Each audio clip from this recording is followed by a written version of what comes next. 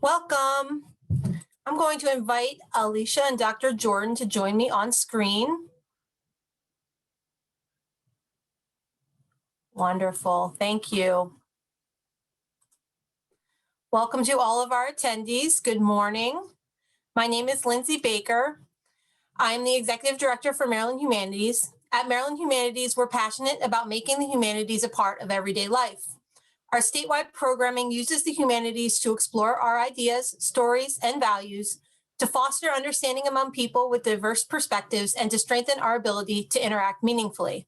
I invite you to take a moment to learn about our wide-ranging programming and our work by visiting Maryland Humanities, mdhumanities.org. And I would be not doing my job as an executive director if I did not say that we hope you will consider clicking on the donate button at the top of our website homepage when you visit. We are an educational nonprofit, and like many of you in the audience today, our work is made possible through the generosity of our donors. I'm so excited you could join us virtually this morning. This event is the second in our Beyond Statements, Leading Racial Equity and Humanities Organization series. At a time when many organizations have put out public statements of Black Lives Matter and in opposition to white supremacy, dismantling our organizational inequities remains an elusive next step. As we at Maryland Humanities dig into operationalizing racial equity within our own organization, we thought we would benefit from hearing from leaders in the field. We wanted to share that opportunity with our colleagues in Maryland and beyond. For this series, we have leaders from Maryland who will speak to the efforts they have led in their respective organizations. I am thrilled that you all will be joining us today. It seems like many of you agree with us that this is a great opportunity. Today, Alicia Jones-McLeod will be in conversation with Dr. Jordan. Our moderator, Alicia, is the Executive Director of Challenging Racism, an organization whose focus is to empower and inspire people to disrupt racism, one compassionate conversation at a time. Previously, she led Ellicott City Partnership, a Main Street organization, and prior to that, she founded the Maryland Black Chamber of Commerce, which continues to raise the profile of Black-owned businesses. Her tenure at each of her places of employment has been marked by the implementation of innovative ideas designed to raise the organization's profile and draw new supporters to the work. Alicia is a resident of Parkville and brings deep relationships to Challenging Racism's work. Alicia also joined the board of Maryland Humanities in fall 2020, and we're lucky to have her. Our speaker today, Dr. Jordan, has served as St. Mary's College of Maryland's 7th president since July 2014. The college, as Maryland's only public honors college and the first of its kind in the nation, has been widely recognized for its successes. And of course, I had to pare down Dr. Jordan's bio a little bit, but I'm going to tell you a little bit of the good stuff she's been doing. She's been widely recognized for her contributions to higher education and the larger community. Recently, she was named one of the top 25 women in higher education by the national magazine Diverse Issues in Higher Education. In addition to serving on numerous national panels and boards, she was recognized as a fellow of the American Association for the Advancement of Sciences, Black Leader in Education by the Afro, was named as one of Fisk University's Talented 10th, Purdue University's Distinguished Women Scholars, and as an influential Marylander by the Daily Record.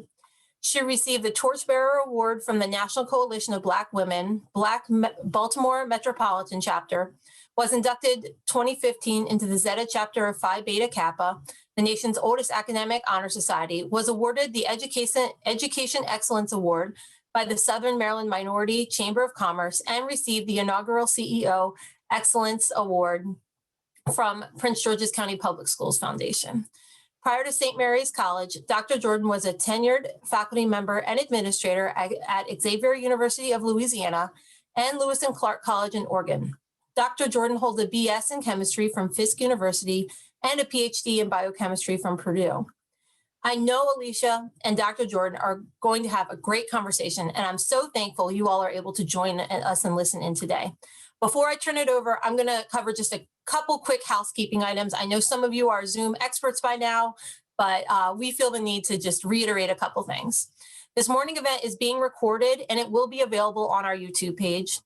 If you have a question, you should click on the Q&A at the bottom of the screen. The chat function is not for questions. You're welcome to chat. We ask that everyone keeps it civil there. I'm sure we will. But if you have questions, go to the Q&A, and you can also upvote other members' questions. And now I'm going to turn everything over to Alicia, our moderator for today. So, good morning, Dr. Jordan. I'm so excited to speak to you. And after listening to your shortened bio, I am just, I am like, wow, you have done. I mean, I knew some of those things, but that is just a list of accomplishments that hopefully at some point I will be able to mimic at least one or two, maybe one or two. But congratulations on all of those things. And I'm very excited to be talking to you today. Thank you, Alicia. I'm really happy to be here. So one of the things that I wanted to start with is because this conversation is about beyond the statements and talking about racial equity, I wanted to ask you to define racial equity as you do so for your organization. That's a great question. I don't have a formal definition. This is a Tuajuanda thing, I think. It's just racial equity is about providing groups with what they need to thrive in this environment. And the need has to be defined within the context of what we're able to provide. And its determination must be in partnership with the group. There's too many times I sit on, committees or whatever, and they're trying to do what is right for some group of people. And there's no one from that group of people is sitting at the table to tell them what they need. And those efforts invariably fail, right? So that's my definition. It makes me think of the podcast, Nice White Parents. Have you heard of that? Where No. It's about schools and about Brooklyn parents. They go into a school, they're rich, and they go in and they kind of take over the school without incorporating anyone that goes to the school in the decision-making. So you're right, a lot of times these efforts, though well-meaning, I believe most times, because you don't incorporate the stakeholders properly, it can be totally off kilter, right? And fail. Yes. And we don't have time to fail, Dr. Jordan, right? We don't have time to fail. Especially not at my advanced age. So, yeah, failure is not an option. Yes, at 32 years of age for you, I'm sure you don't have any time to mess around. But yes, I completely understand that. But this has been a long time coming. There's a lot of work to be done, and we really have to keep our eye on the ball. So I appreciate you sharing that with us. Why do you think this work is important? Why is racial equity work important? We're in a lot of people talk about systemic racism. And that's somewhat redundant because by definition, racism is a system, right? But you can't break that system without focusing on equity and providing the people frequent and sustained opportunities to speak up and voice what they need and how they need it. You can't easily break the cycle of racism if those in power are not willing to provide the opportunities for the oppressed to gain equity and ultimately equality. So the oppressed must be willing and empowered, and the oppressor must be willing or compelled. So, I got into this work because I'm born Black in America. You cannot help. Yeah. If you're living, you cannot help but see the inequities and inequalities. So it's the right thing to do. And, I completely agree with you. But it's hard, leading this work. It really is, as a woman of color and being kind of on both sides of, you're in leadership where you can create policies and really look at things deeply and look at it with a racial equity lens. But you have a lived experience that allows you to be definitely more in tune with some of the work that needs to be done. So I think that's a lot of, that's almost, part of the solution is to make sure that we have more people with lived experience in places of leadership, because that can really help. I wanted to ask you about, you sent out a statement after the Black Lives Matter movement. So during June, there was a statement sent out by you and St. Mary's, and it urged students to get educated on the system.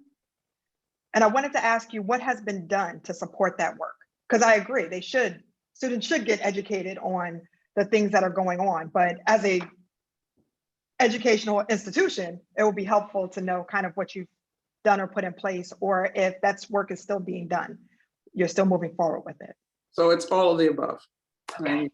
It's all of the above. So some of the things we've done are they're programmatic with respect to courses that students can take. One of the things that we have as part of our curriculum is what's called integrative themes. And we have a theme that started a couple of years ago. It was about looking about slavery or something, because it came not too long after we had discovered the artifacts from enslaved peoples on our campus after they were from 2 separate centuries, right? But that theme now has evolved into a justice integrated themes, and students are looking at it from sociology perspective, economic, historical, political, all of those scientifically why these things are going on. So that's very important. We've also thought about, we've acknowledged the plight of Indigenous people in relation to our campus. So there are lots of things now that are making our community more sensitive to the other groups, the underserved groups, which I think are important. So we also have focused and modified how we interact with Latinx families because they were being recruited in a certain way. We had this concept of starting a center for the study of enslaved peoples that is now being expanded to a center for the study of enslaved and Indigenous peoples to assist with understanding the system of oppression, its historical and present day impacts with eyes towards breaking the cycle to get us to a better place. And our students have jumped in and tried to be more sensitive to the economic needs of their fellow students. Our SGA donated $50,000 to provide financial assistance to students. And finally, I've started a new division on the campus called Idea 2. Yeah. That is inclusive diversity with equity, access, and accountability.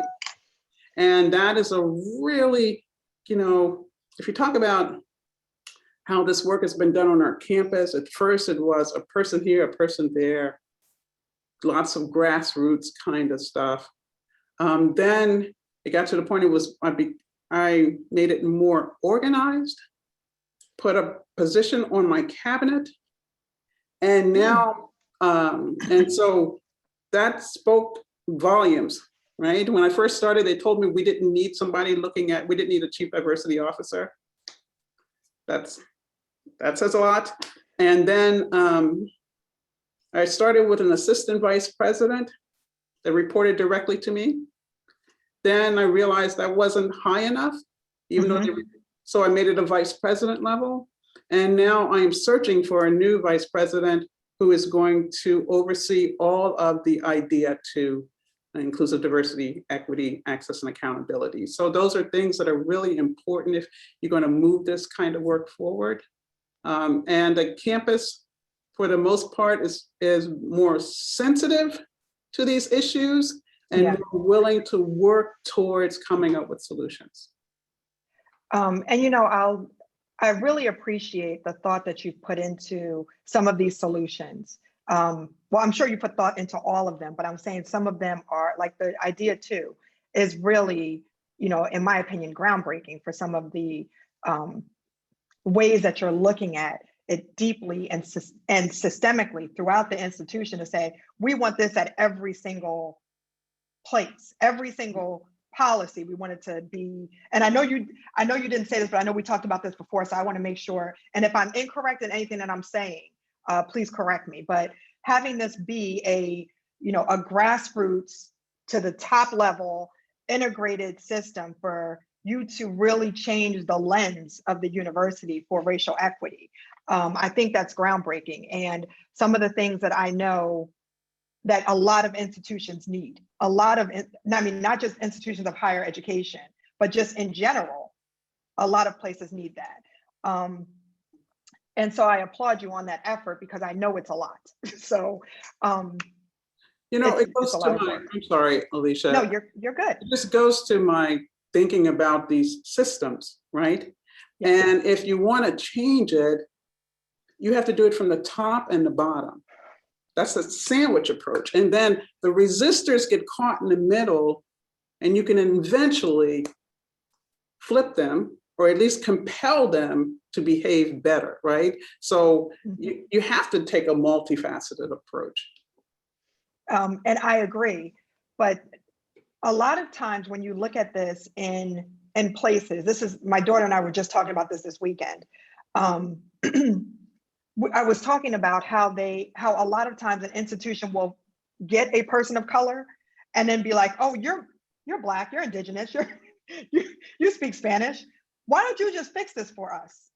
As opposed to really putting funds and support behind a position in order to create a plan and an impact the actual institution in a way that is knowledgeable. Like, just because we have lived experience doesn't mean that we're always experts in fixing the problem of systemic racism. Like, that's not, those two things are not equated. We know that it needs to be fixed, but sometimes we need support. So as a woman of color, I wanted to ask you, I know that this is hard work, being a leader just in general, but also being a Black leader, but also being a Black woman leading. I know it's hard, but I wanted to ask you how you use your platform to further this conversation as a woman of color and the leader of an institution, a leading institution in Maryland. Yeah. You know, these jobs are not for weenies. That's the first thing. Because just to go back to your point with your conversation with your daughter, you know, over the last couple of weeks, I have spoken with many women of color leading these institutions, right? And we come into these institutions, our boards, the boards bring you in because they see the need for change. The challenge is that the board has made this decision, but the board does not understand the culture and the environment of the institution that they're throwing you in, right? So you cannot be a weenie. So because the board might be ready, but if the faculty as a whole is not ready, you're going to struggle. That's common. So one of the things you have to do is lead by example. I try to do that all the time. And I speak truth with clarity and consistency. So if something is wrong, I would be wrong not to call it out. But you have to figure out how you're going to call it, bring attention to the situation. And you also have to make decisions because you don't call out everything, right? Because then people stop listening. So when they hear your voice, they know it is something serious and they need to pay attention. So that's the way I try to use my platform. I know when I first started, one of the a high-ranking faculty member, my first year, he says, you know what one of your problems is? You're too direct. And, you know, I'd have that problem all day. You know, I just said, you know, I slipped into my grandmother's mode and I says, darling, seems to me you would want to know exactly what I'm thinking. And now I'm approaching it. So there can be no second guessing, no confusion as to what the intent was. Because if you're not direct, you know, people can interpret things all kinds of ways, and we have to be focused on our work to try to get to a better place. Clarity is so important. Being clear about where you're going and how you're leading and what you want is so important. And I'm going to say, I also think that leading with clarity and conviction is important, and consistency. But I also wish you the power to lead without apology. Like, where I'm going to say that this is where I want to go. And I hope that you're with me, but we're going anyway. Because I think that is where we need this strengthened leadership right now. Yeah. We need a lot of people that are unapologetic about laying a course to move forward. Inclusive, but unapologetic. So I do want to make sure that people are looking in the chat to see that they can post questions using the Q&A feature. So that don't use the chat, use the Q&A feature. Please post your questions, and you can upvote as well, because I'm sure we'll have some good questions for you, Dr. Jordan. But I want to make sure that we get all the people that are thinking about this, not just caught up in our conversation, but also have a chance to ask and write down those questions as well. Okay. So I wanted to ask you, how are you? I know that you're doing the idea too, but are you hiring? I know you're having someone to lead that. Is that person going to have a team? Mhm. Is that person going to have, what does that look like on the ground? Are you going to have like faculty members and students and staff kind of as a, a group and give inputs, or like, how are they going to be able to connect with the people that are stakeholders at the university? Yeah, so this idea too came about because, we've been doing this work for a while and we're making a little bit of progress, but it's not at the rate we need to make this progress. And so in the summer, like last year, I hired a wonderful vice president for inclusive diversity and equity. And right as we're getting deep into preparing, right before we're supposed to open for COVID-19, for the fall semester during COVID, one of these hoity-toity institutions from the Northeast private stole them, right? Made them an offer they could not refuse. And in my brain, it's like, yeah, you can refuse it, right? But so anyway.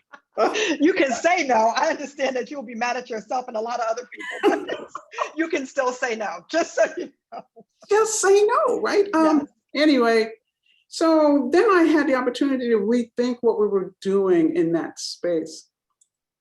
And I realized that the person needs a real team focused on different areas, right? So I have started to build the team first while I'm writing the description of this position now that I want, because the position is going to be awesome and it's going to be everywhere, right? So I have a faculty member who is I call him Director of Equitable Programming. I also have a Chief Diversity Officer that is working on things that Chief Diversity Officers do. And I have a Assistant Vice President of Inclusive and Equitable Policies, right? So those are picking at the various aspects of this work while I'm looking for the Vice President. And so in the interim, they all report to me, right? So that's the team that's working on various aspects of this work, especially about the accountability piece, because people pay lip service, but lip service doesn't move the mountain. So you got to have some metrics, you got to have some goals, you got to have somebody paying attention, and you have to make the progress public, at least public within our community, so everybody gets to see what everybody is doing. That's going to move this forward. And of course, then they have, administrative help. They're engaging students in this work.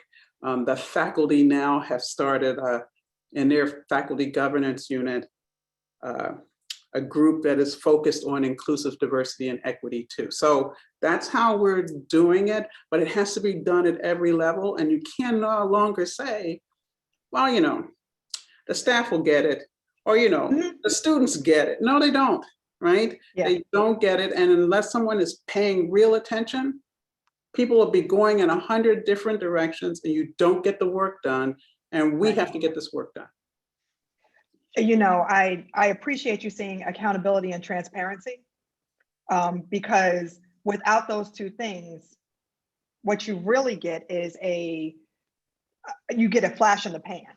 So you get something that happens that everybody writes a press release about, and then no real work actually comes from it. So as much as I appreciate, it's kind of like the monuments, as much as I appreciate all of the renaming and tearing down of monuments and renaming of streets and schools and all that stuff that's going on, what I actually want is for my son not to suffer from post-traumatic stress disorder from being pulled over by the police for running a stop sign. Like, I want that to be the case. I don't really care about the monuments. Yes, it's a first step, but we need to have a plan and we need to be accountable. right? And we need to have some transparency so people know what we're doing. So where will people be able to find the plan and the information about what you're doing for the transparency? Will that be on your website? Is that going to be? That will eventually be on the website. Right now, it is in process. And so there's an IDEA tab on our website where they're starting to build this stuff. And so it's really hard though, right? Because I am building the runway as we're trying to take off. Yep. And so I do that all the time. There's a lot to manage there. And yes. So we have these, I mean, the 2 staff members and the faculty, they're excellent. But, you know, I need a VP to really set the true vision for this. As the president, and I set the vision for the college, right? But I need someone laser focused on this aspect of the work. And so there are aspects of a strategic plan that is being built, but they can't get too far until I get that VP in there. Yeah. Yeah. And that's, I'm hoping you speed with finding that person, speed and accuracy for getting somebody great. But I also wanted to ask, we have a follow-up question from the Q&A, and I just wanted to ask you this while we're on the topic. The different positions that you talked about that are going to be under this VP, just high level, what are they going to be tasked with? So like you mentioned someone that was doing the curriculum or course equity or something like that. Programming. Yes, equitable programming. So Yeah. What are their top level tasks in that position? So they're looking at the programs that we offer, working with faculty and staff to make sure that what is being offered is equitable, working with our Center for Inclusive Teaching and Learning to help faculty and teaching staff be able to communicate better with a broad spectrum of students. And it's not just about race and ethnicity, it's about neurodiversity too, right? I love that word. There's one person who's looking at all of our policies from the various departments across the campus through an equitable lens, and helping them to make sure that, first of all, they're legal, got to do that legal thing, but they're paying attention to what's supposed to be going on. Yeah. And our chief diversity officer, you know, he works with groups and people who are having some, you know, issues or ideas about how to make our campus more inclusively diverse and equitable, and helping to develop programs with respect to that, talk people off the ledge, so to speak, outreach to the broader community, just all kinds of stuff that spans from my office all the way through the campus. They're trying to coordinate this thing. And so as they're developing, you know, I have, you know, president just say, here's my big vision. They have to work out all the details. And that all got started in the fall. I gave a State of the College address. And I was talking about all the things I'm seeing across the college and all the things that are going on in the world. I remind people of our mission, right? And I said, because our mission is just the most perfect mission, right? For a higher ed institution, it is about providing excellent liberal arts education akin to the elite private, but in the public sector, with an eye towards access and affordability for a diverse population of people, right? And I said, with that, equity must be at the center of everything we do. And that's where Idea 2 came from. And that's why we're moving in this direction, because we're failing on some of those things that are important. Equity being at the center and making sure it's at the center will make sure that we get to a place that we're trying to get to when we talk about racial equity. So I appreciate that, but always making sure that the work is centered where we need it to be centered is important. And I wanted to ask you, so we're talking a lot about policies and tasks and roles, but there are everyday occurrences things that happen on a campus, off a campus, on social media, where people might feel like they need to report it. Like something might happen to someone where they need someone to step in and intervene. I think I mentioned to you about the incident that I'm dealing with in Arlington, right? So sometimes some of those issues come up and we need to address them. How is that addressed? So a student or a faculty member feels there's some kind of racist action that occurs on their level and they need to address that. Is there a person in place to address that? Is there a system? What does that look like? Yeah. And So how can they not be sure that there's no retaliation? yeah. If it's a teacher or a professor that's doing that or someone in the classroom? Oftentimes those things get reported directly to the chief diversity officer. And he listens and decides what's the best course of action to take. They can also go to HR if it's a faculty or staff member. We have lots of policies, of course, being higher ed, you got a policy for everything. Yeah. There are ways by which, we have a bias response team where people can go on the website and make a report. They can either do it and put their name on it or anonymously. And the team will follow up and figure out, is this a public safety issue? Is it a HR issue? Should it something that the chief diversity officer should handle? We also, I have a senior moment here.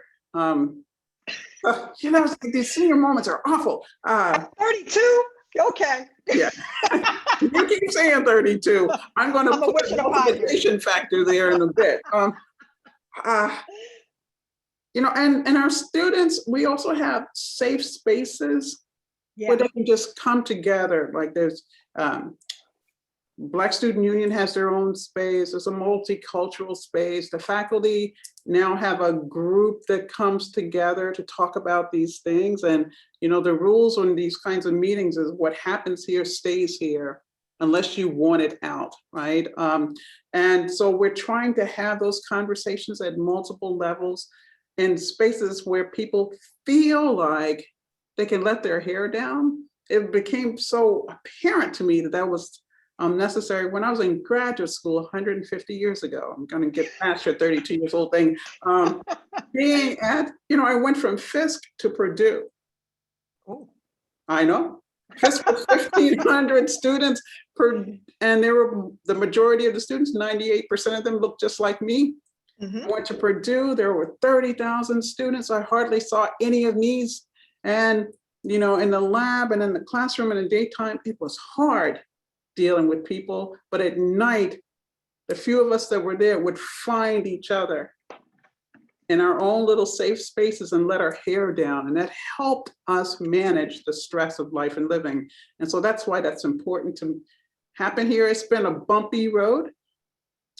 To try to get things with some permanence here. But we are well on our path to being able to do that. Now, you did talk about safe spaces for students and faculty kind of creating their own program. What about administration, especially the people that are going to be doing this work? How are they going to be able to connect and kind of let their hair down? Because it is, like we mentioned, a lot of work. Yeah. There's a lot of work and it's traumatizing sometimes, but how are they going to be able to replenish and make sure that they have a safe space to discuss some of the things that are going on without any retaliation or fear that it might get out or any of that? I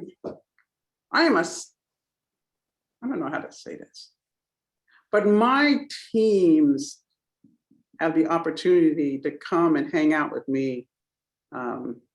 And we just let our hair down and just talk about stuff. Sometimes it's late Friday, they'll come to my office because they need that decompression moment. Sometimes you can sense when things are going on, and I will call a decompression meeting and we decompress.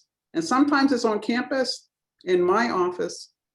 Oftentimes it's at my home because you got to be away from campus to do that. But I think I am open enough so people feel comfortable talking to me about these issues and they know where I stand on them. But if not, there's always They could always go to HR if they want, but that's not the place you want to have these conversations. Right. Try to get with like people. And even with the faculty though, it's not that they created it. It is coming out of the Idea 2 group that have made these affinity groups, so to speak, within the faculty and the staff so they can come together and to speak freely about these issues. And you know, I work with a lot of, believe it or not, a lot of race and equity officers or diversity officers, believe it or not, in my day-to-day work I do. And what happens is they have like these national cohorts. So I'm sure that there's one in the university system where they're bringing, I mean, I'm sure everyone's bringing together, you know, hiring someone of this ilk, where they're trying to talk to one another on a regular basis. So I'm curious to hear what comes out of those as well, but go ahead. Yeah, you know, I try to send my team members to those kinds of groups because just like presidents have to get together and talk with other presidents about stuff, they also do that. So I try to make sure that they have a budget so they can go when we're doing those things in person, that they can go and be with, as my kids used to say a long time ago, they can be with their peeps, right? Right? Because you have to have somebody who's in the trench with you to understand the depth of the trench and how do you release that and get some ideas about how to deal with many of the issues that you're dealing with constantly. And they can also provide you, like I try to do when I'm mentoring people, ways by which you can release, right? And also understand you're not in it alone. There's somebody else dealing with the same thing, and they're going to be failures, but there will also be some really great wins. So how do you sustain yourself in between? And I also think that sharing best practices at that level will allow us to change a nation rather than just an institution. So it's helpful for people that are thinking deeply about this to get together and talk about some of those things, because it's universal. I mean, if it's happening in Maryland, it's happening in Mississippi, right? Like, can we agree on that? So in those cases, you want somebody that has time to think about it, because there's not a barrage of those incidents daily. Maybe you have a little bit of breathing room where you can say, we're going to think about this deeply, come up with a solution, and then share it liberally. So I appreciate that. Now I do have a Q&A question for you. So we're in the Q&A section. Again, make sure that you add your questions to the Q&A function of Zoom. And here's our first question. Dr. Jordan, you made a plea to be strategic. You don't call out everything or people will stop listening. I understand in the abstract, but can you flesh that out with some examples from an institutional leadership perspective? Much organizational peril seems to stem from failures to acknowledge problems. That's a tough one. That is a tough one. And there, so I will say there's no easy answer. In my younger days, I felt like I needed to respond to everything. But it really, I think for me, it depends on the gravity of the situation and the nature of the impact. If it's a huge impact, and sometimes it's hard to figure out that too, right?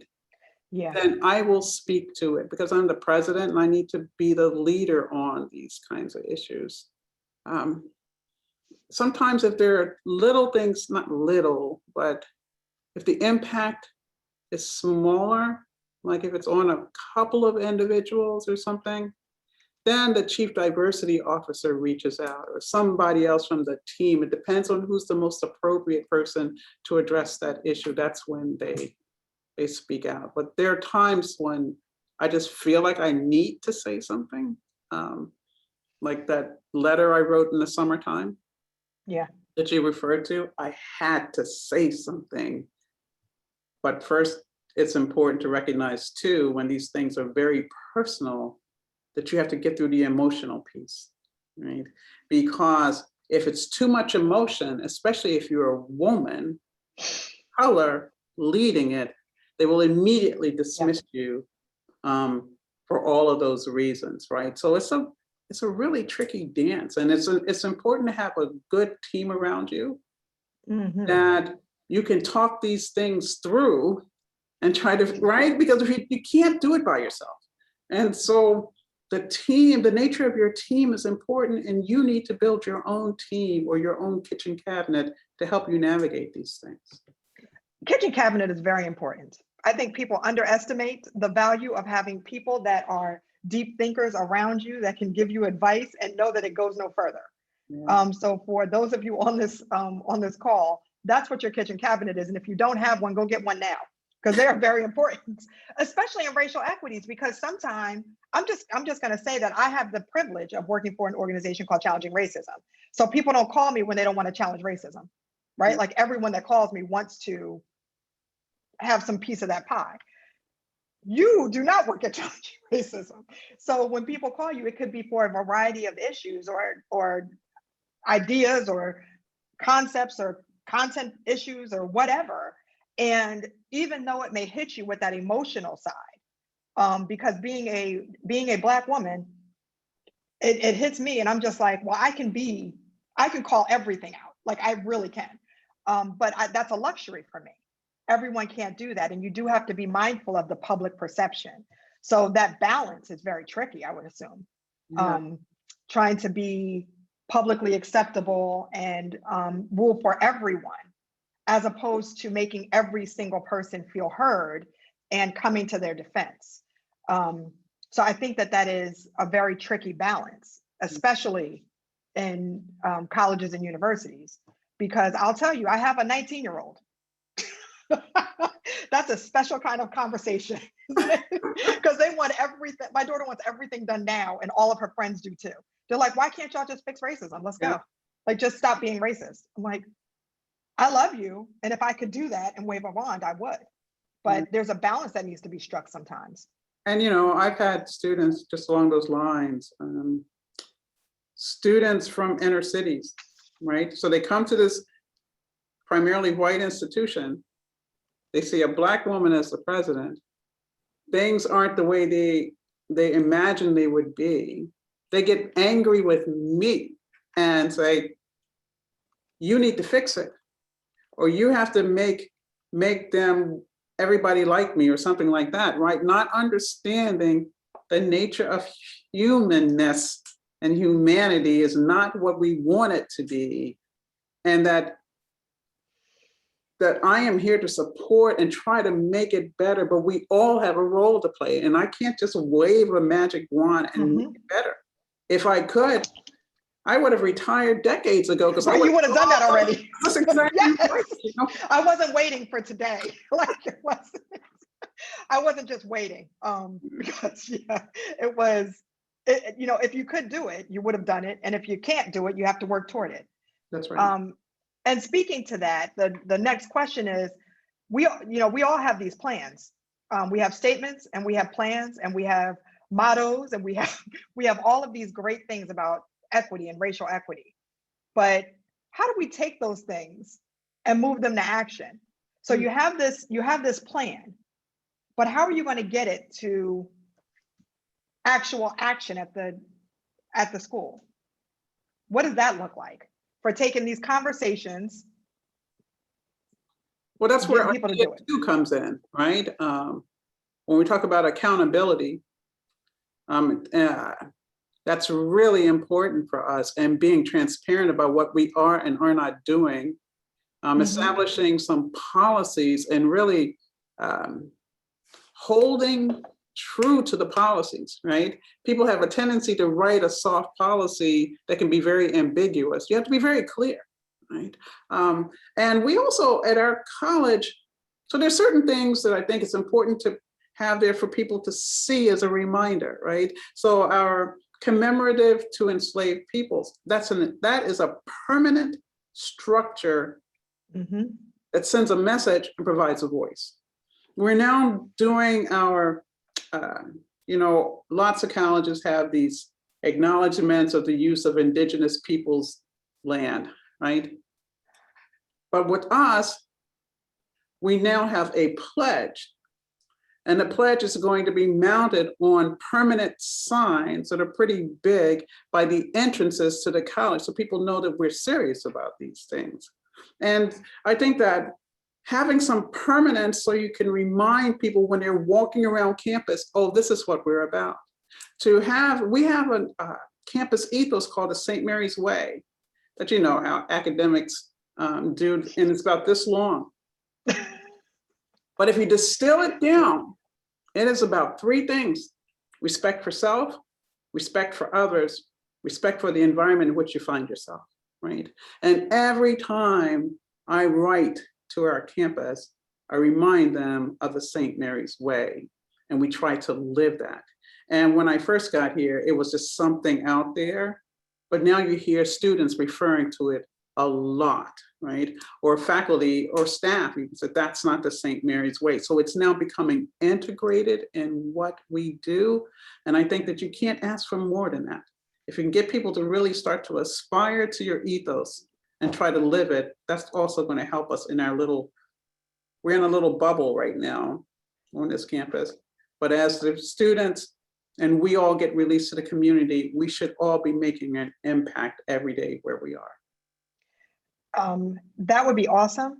If we could get that to happen, I would love it. And I wanted to ask you a question going back to what we were talking about with getting the plan to go to action. So one of the things that I've seen is that you put together this plan, you put together some actions, and then you have some pushback. So to make sure that, not necessarily from specific stakeholders, but you'll have one of the things that I've seen is you have the Black spaces, right? So you have this Black space, and then you have students that are white presenting that feel like they should be allowed in that Black space. Do you know what I'm saying? Oh yeah. So I'm like, how do we protect these policies to make sure that they're doing what is intended, which is to give people space, but not just that, but all across. So you're leading all of these students. So how do you make sure that these things are really being taken to action by your students, that they understand it and that they're being protected so that they're not able to be overturned when at some point in the next 55 years you retire? 55. Dr. Jordan, I'm just saying. 55 years. You're gonna be there forever until we get all these changes made. No. I gave a talk the other month and somebody says, oh, all this stuff is going on in the country and it's all good. Don't you think it's good? I said, it's all good, but I'm old. I've seen these things before, right? The world's not gonna change in my lifetime, right? For these policies, usually, and especially in higher ed, if you put a policy in, it stays forever. So you codify these things and you make sure that they are visible and you make sure you have the right people who are doing the policing and can hold true, right? You cannot have people who are just says, oh, this was a mistake. The first time is a mistake. The second time is not a mistake. So how do you, I don't want to say make an example, but you have to show people that you're not playing around, right?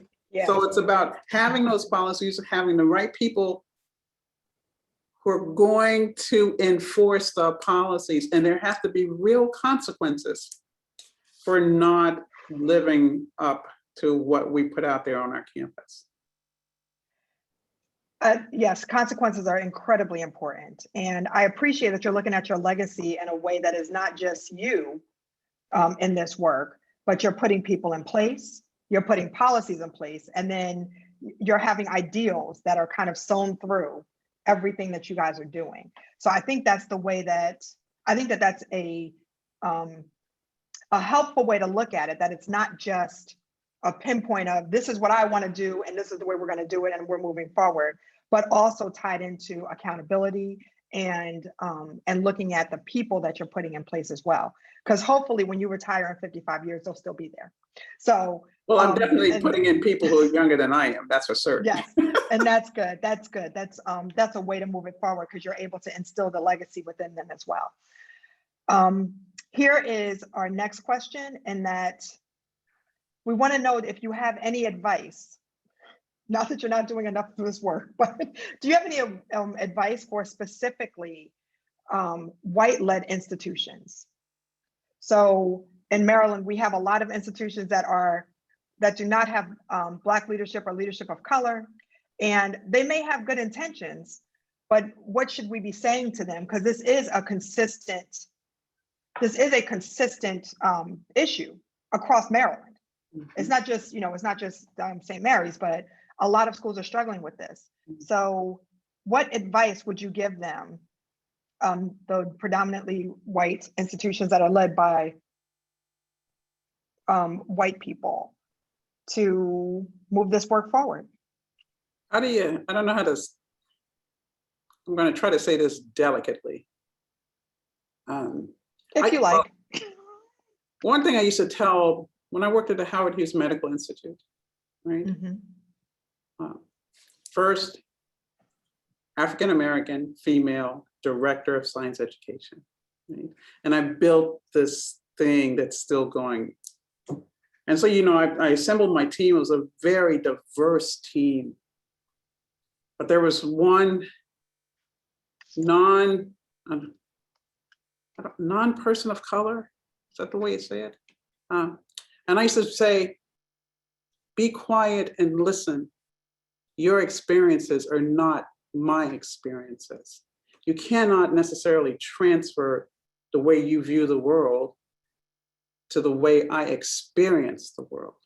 So you have to shut up and listen, right? And I think that that's really important, that people stop talking and let those who have lived this experience tell you about the experience. And you have to listen to what they're saying, and not to be afraid of saying something wrong, but when you get corrected, you understand that you've been corrected and you need to adjust what is you are saying, you're doing. And so a lot of times what we found with these statements that went out were just a bunch of words, right? Just a bunch of words. There was no passion. Oh, I hear you. Yeah, I feel your pain. And you don't feel my pain, right? So shut up. Tell me what you're going to do, your part, to make it better. And who are you going to bring around, whose voice is going to be at your table that has your ear? That's what I want. That's the only way it's going to happen, I'm telling you. Because I've seen too many of these situations where it's just a bunch of words. You can't deal with it anymore. So I have a woman that works with us on white allyship, right? And she talks about listen and amplify. So listen to the stories, right? And listen to the experiences, and then amplify that, and then follow. So we don't need to take the spotlight off of those stories. We need to amplify them so we all have an idea of what the lived experience is and how that's being affected by some of the things we're putting in. And I have one last question. One last question. This is a fun one though. What one resource are you leaning on right now that's helping you through this work? It could be a book, podcast, anything. It could be a person in your life. It could be whatever comes to mind.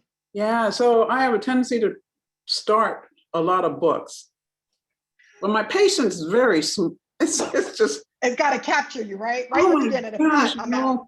It's like, so, but I have had many lived experiences. So a lot of these books I'll read, the flaps, maybe the first chapter, might be the last chapter, all the stuff in between, I don't know, right? But I spend a lot of time talking to my son about these things. He's very much an intellectual. He's a Black man, right? And he's writing his dissertation now. He's a cultural psychologist at Princeton. And he gets it. He gets the theoretical and the practical. And so every time I'll get an idea or something like that, I bounce it off him, because he's going to be honest with me, right? And sometimes he takes me down so deep that I can't understand what he's saying, right? Those words are like this. But if it's a good idea, he says, Mom, that's a great idea. And let me tell you other examples of somebody, right?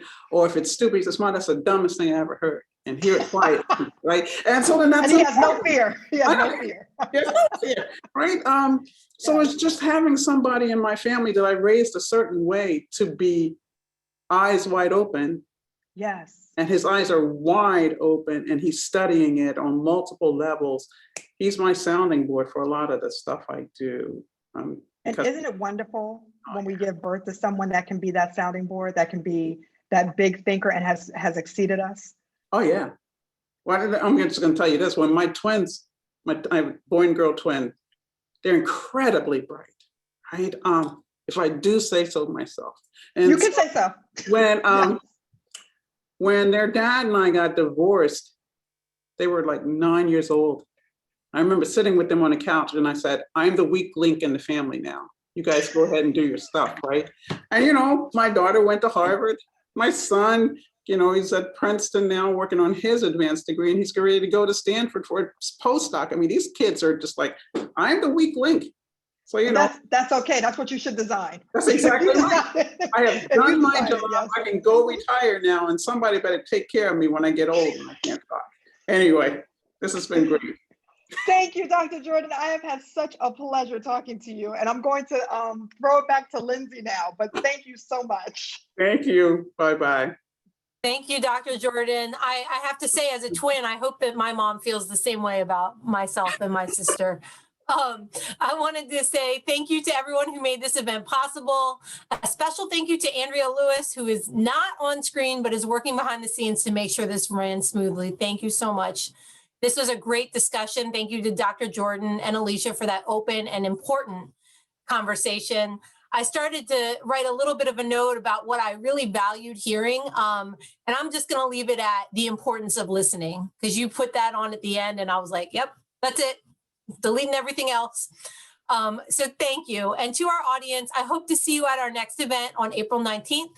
The link for more information should be dropped into the chat. If it hasn't been, you will get an email. Please take a few moments to complete our survey. And you can find the link in the event follow-up email that you will receive. I think you will also receive a recording so you can share this event with all your networks, because we think it was a great conversation. So thank you so much, Dr. Jordan. Thank you, Alicia. Thank you, Andrea. And thank you to all of our attendees. Have a great day.